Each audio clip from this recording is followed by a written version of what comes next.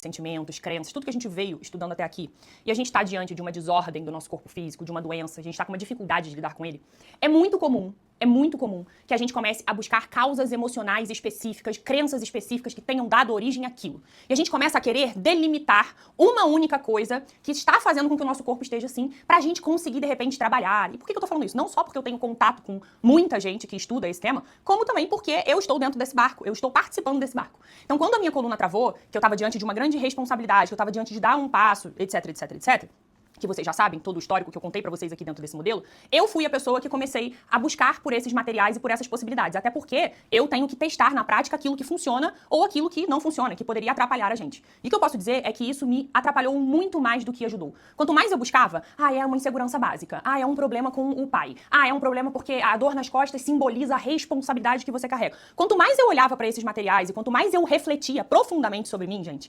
mais perdida eu me sentia e a minha dor na coluna continuava ali. Então, o que a gente precisou fazer foi olhar de uma forma muito palpável e entender que esse sistema, ele não é um sistema que tem uma causa única, porque ele é um sistema complexo.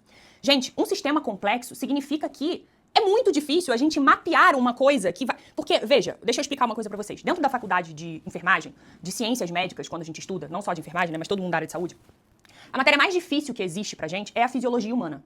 E por que a fisiologia humana é tão difícil? Porque ela apresenta pra gente o sistema complexo. Ela mostra pra gente que o sistema cardiovascular, o sistema gênito-urinário, o sistema endócrino, o sistema nervoso, o sistema respiratório, o sistema circulatório, ele não está sozinho. Então, ele já é um sistema complexo. Cada sistema desse já é um sistema complexo. Mas eles interagem entre si. E eu me lembro, eu comentei com o Cadu uma vez, que eu me lembro de uma aula da minha professora, que ela foi desenhando o sistema, as cascatas que iam acontecendo no corpo humano, e quando a gente terminou a aula, o quadro parecia, assim, uma coisa de louco, um mapa mental gigantesco. E a gente continuava ali meio que sem saber o que fazer, porque quando você mexe aqui, todo o teu corpo se transforma, todo o teu corpo recebe um sinal diferente e muitas coisas acontecem. Então o que a gente tem que entender é que a gente está falando de um sistema complexo. As nossas emoções influenciam? Óbvio que influenciam. As nossas emoções, elas mexem nos nossos hormônios, que mexem na nossa imunidade, que trazem, de repente, um sinal genético específico para expressar ou para silenciar um gene de doença. Então, claro que isso influencia, mas o que a gente tem que entender, mais do que tudo, é que as nossas emoções, lembra, o nosso pensamento, ele é desacelerado. Então que essas emoções, no fim, além de resultarem nessas cascatas que o nosso corpo recebe, nesses sinais que o nosso corpo recebe, as nossas emoções são desaceleradas em comportamentos, hábitos, coisas que nós fazemos no dia a dia, que são justamente essas variáveis que o Cadu trouxe. Então, ao invés de a gente querer olhar para coisas que não são tão palpáveis, que não são tão fáceis da gente enxergar, como os nossos pensamentos, as nossas emoções, que acabam sendo muito confusas pra gente, a gente pode e a gente deve olhar para aquilo que a gente está fazendo do lado de fora. É justamente usar o mundo, usar o nosso corpo como um mecanismo de feedback, usar aquilo ali pra gente modificar o que é palpável e levar um sinal diferente pro nosso corpo. Eu quero trazer um exemplo pra vocês, muito interessante, que eu me deparei essa semana, de um rapaz no Instagram, e ele dizia assim no perfil dele, a descrição do perfil dele era a seguinte: pesava 320 quilos.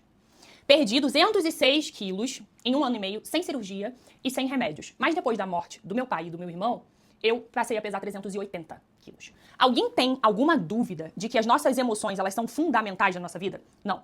Só que o que a gente precisa entender é que essas emoções, no caso desse rapaz, foram gatilhos, foram um start, foram um pontapé para que ele desordenasse, para que ele modificasse todas essas variáveis que o Cadu mencionou. Quando a gente tá falando de uma pessoa que ganhou 200 e tantos, quase 300 quilos, a gente tá falando de uma pessoa que sentou e comeu desordenadamente. Essa pessoa mexeu na forma dela de fazer exercício físico porque ela já não se sente tão motivada. O sono de uma pessoa que não conseguiu lidar com o luto é um sono perturbado. A respiração de uma pessoa que está altamente ansiosa é uma respiração rápida e superficial que não vai prover diferentes coisas que são fundamentais para o nosso metabolismo, e a hidratação também, obviamente, fica prejudicada. Então o que eu quero mostrar pra vocês é que as emoções, elas são fundamentais, elas precisam sim ser controladas. Mas essas variáveis são formas da gente mexer também na nossa emoção. Sabe por quê? Você já deve ter visto na sua vida, ou você já deve ter passado na sua vida por momentos em que você estava dormindo maravilhosamente bem, que você estava se alimentando super bem, que você estava mais calmo e respirando com mais calma, porque de repente você não estava tão estressado com o trabalho, com absolutamente nada, que você estava se hidratando, que você estava fazendo tudo, estava usando essas variáveis a seu favor. Como é que se sente uma pessoa que está fazendo tudo isso? Essa pessoa se sente de uma forma diferente, ela tem outro humor, ela lida com os problemas da vida de uma forma diferente. Então o que a gente tá querendo trazer aqui pra vocês é que há uma forma de mexer no nosso corpo e mexer nas nossas emoções. Porque quando a gente provê pro corpo tudo o que ele precisa, até a parte hormonal, nossa, inclusive, né, muito da nossa parte hormonal, ela vai se modificar completamente. Então é uma forma de trazer um recado completamente diferente pro corpo. E, gente, isso sempre vai valer. Sabe por quê? A gente tá falando quando a gente tá falando de um corpo, a gente tá falando assim, ó, no macro, tá? Célulazinhas se juntam com uma mesma função, formam um tecido. Esse tecido se junta ali, forma um determinado órgão. Esse órgão se junta para formar um sistema e o sistema ele interage com outros sistemas que são formados formando o nosso corpo humano. A gente está falando de uma cooperação, de uma colaboração gigantesca. E sempre que a gente estiver provendo para essas espécies, para essas células, tudo o que elas precisam, independente do nosso tempo de vida, independente do nosso momento de vida, elas irão funcionar porque elas foram feitas para funcionar. Então cai por terra aquela crença que às vezes a gente tem de que nosso corpo é fraco, de que o nosso corpo vai quebrar. Só que a gente precisa, na verdade, a gente só tem essa crença porque a gente não entende o que é o nosso corpo. O nosso corpo, ele é extremamente forte se a gente der pra ele tudo que ele precisa. Se a gente não der, ele continua sendo forte, mas ele vai criando adaptações que futuramente podem resultar em problemas pra gente. Uma coisa que mudou muito a minha crença em relação ao nosso corpo foi um filme chamado Sociedade da Neve. É um filme muito pesado. É um filme que retrata fatos reais de um pessoal que estava dentro de um voo, caiu nos Andes e, se não me engano, eles ficaram 90 dias na neve.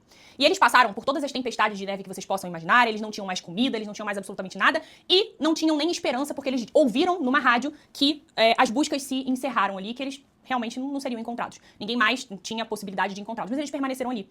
E aquele filme, ele mexeu muito comigo, porque ele mostrou pra mim o quanto a gente consegue ser forte, quanto o nosso corpo consegue ser forte mesmo em situações limites, que eles estavam comendo carne dos outros que tinham já falecido pra conseguir sobreviver e alguns sobreviveram.